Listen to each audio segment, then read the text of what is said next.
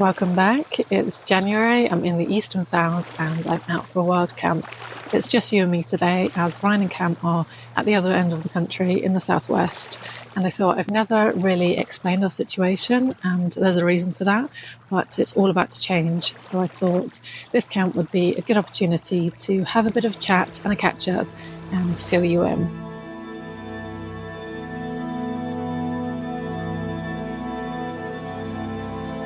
Past the village of Patterdale and from the shores of Ullswater, I head up a steep track through the edge of Glencoyne Wood. The area of Glencoyne includes one of the largest tenanted hill farms in the Lake District. It's over 1,000 hectares. The park has been grazed by sheep, cattle, horses and deer since medieval times and is being managed to aid the regeneration of native wood pasture.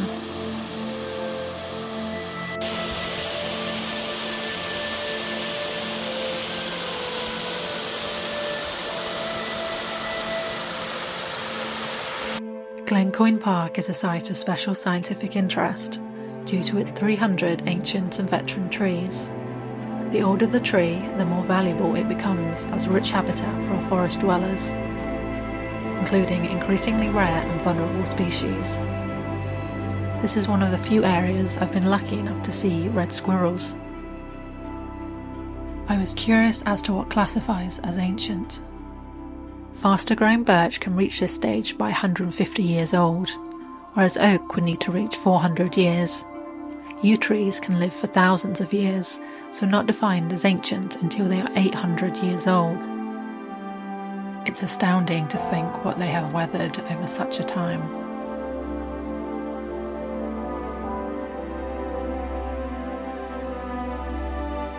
Glencoyne Bay is also notable. It's the location of the wild daffodils that inspired the poem I Wandered Lonely as a Cloud by Wordsworth. It won't be long until they usher in the spring.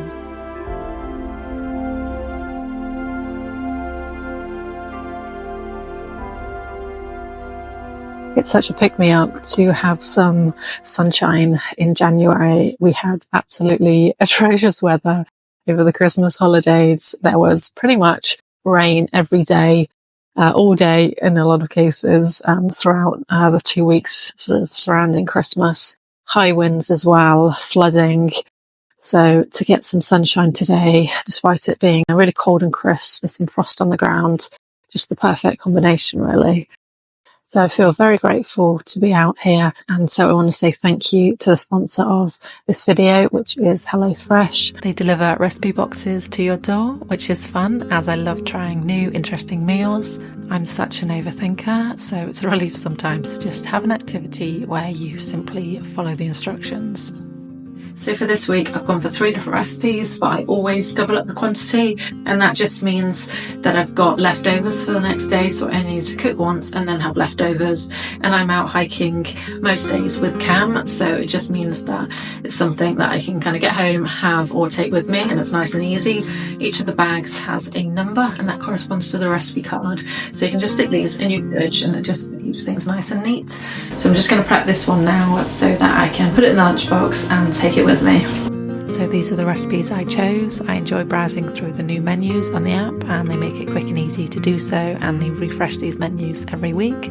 So when you're stuck in a rut, I find it the best of both worlds. You get to try something different without having that long list of ingredients to find for yourself. And I find it particularly helpful for new sauces and dips and seasoning combinations that I wouldn't otherwise have thought of.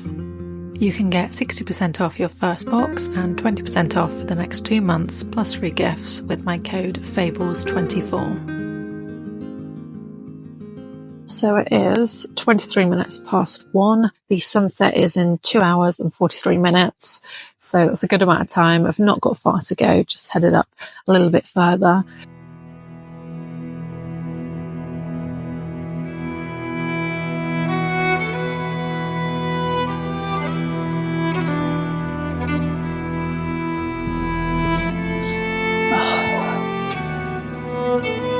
Oh, that's nice.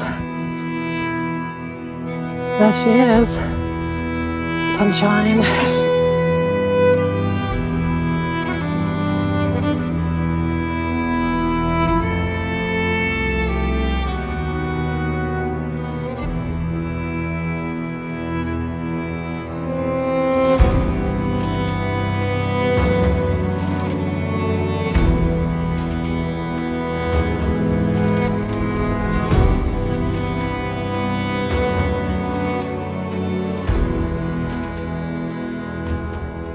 So here it is, the summit cairn. Absolutely spectacular views for such a small fell. I'm not going to camp on this spot because if anyone is up for an early hike in the morning, this is on the path. They'll come here to the cairn and then back down to the col. So what I'm going to do is drop down further, well off the path, and it'll be a little more sheltered as well.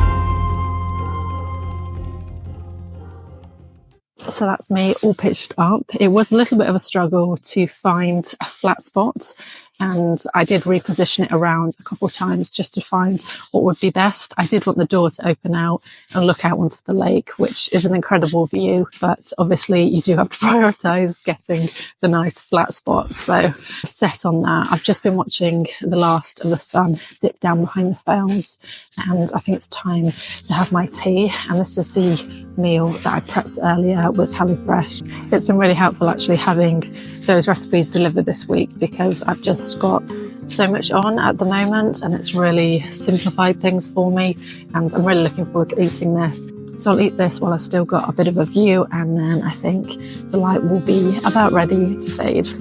Good hearty food is such a comfort during the winter months, and cooking from scratch is something that I've always done, but if you find yourself a bit bewildered in the kitchen, then the recipe cards do break it down into really easy, manageable steps. I know that I would have never attempted so many new recipes during what has been a really full-on time if it hadn't been made this straightforward, so I've definitely expanded my own repertoire. There's no minimum commitment, so if you just want to give it a go this January to try something new, don't forget to use my code Fables24 and happy cooking.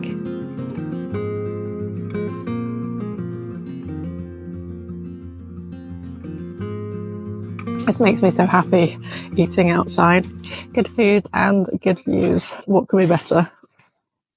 Good company, I suppose, but I'm an introvert, so I don't mind my own company. There's some snow colouring the higher fell tops, and we're getting that beautiful evening glow, and it just sort of, it's magical when it sort of lands on that sort of snow and it gives it that sort of pinky hue. It's really beautiful.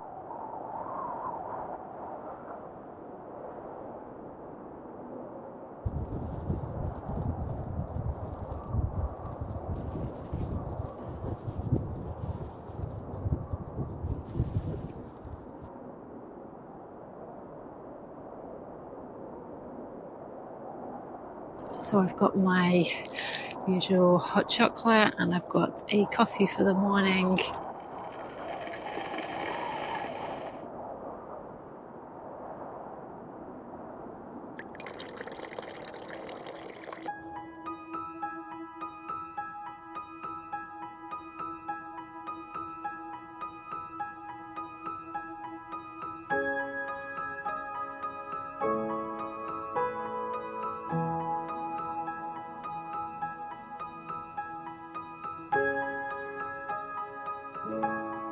So it's now around 7 p.m, so that means I've got approximately 13.5 hours left of darkness, and that is the only thing with winter camping.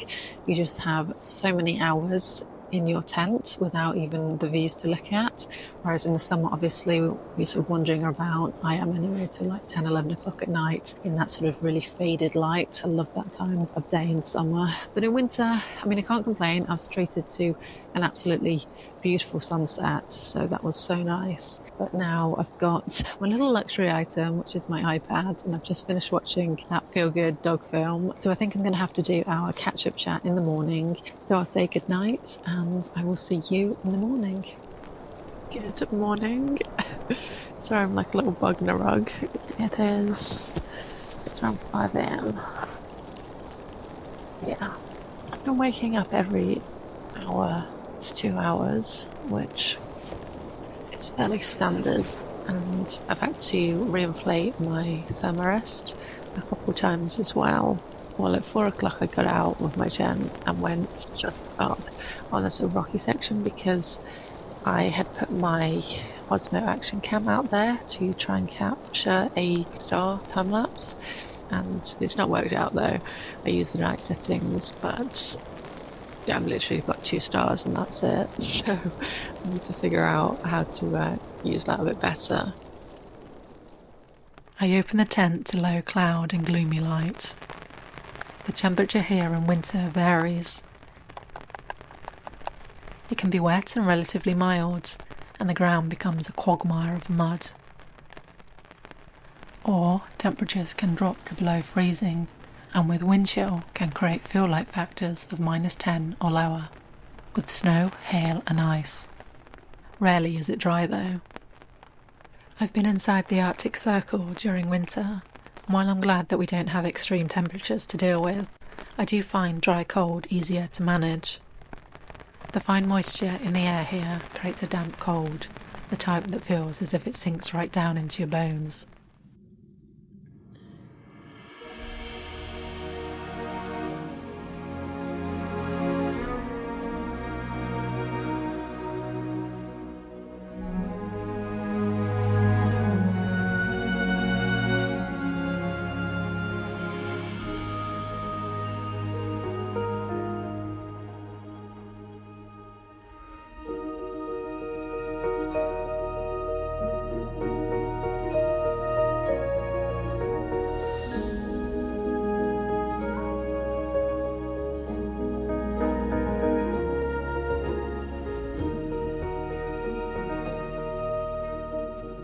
So I've just started to pack up my things in the tent, and I thought we could have a little bit of a catch up, because if you've watched my previous videos over the last year or so, you may have seen Ryan sort of here and there or being mentioned as being away, and that's because he is in the military. He's a Royal Marine, and we've been together for about 9 years, which is wild. That time has gone so fast. It's unbelievable really, and I think partly that's due to him being away a lot. So even when we were living in service family accommodation, we were moving every year and he was still away loads. Nothing's ever really set in stone, it's always changeable, and we've both had to be very adaptable over that time. But things are changing and he's actually leaving the Marines. He's now, at time of filming, in his last 2 weeks, so he's just going to be on camp, and he's taking Cam down there with him.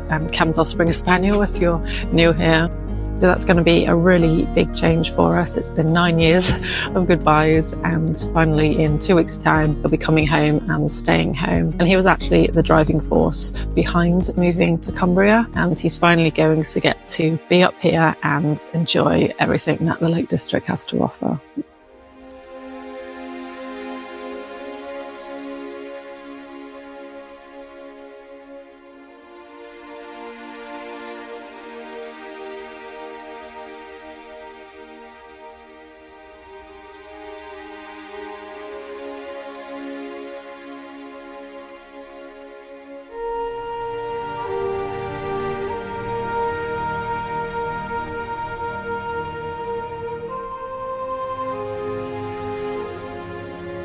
Thanks so much for watching. It was a long night, but I hope you enjoyed coming along on this wild camp in the Eastern Fells.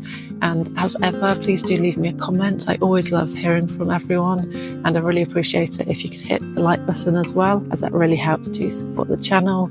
And if you're new here, please do subscribe, and I wish you a happy new year and I'll see you on the next one.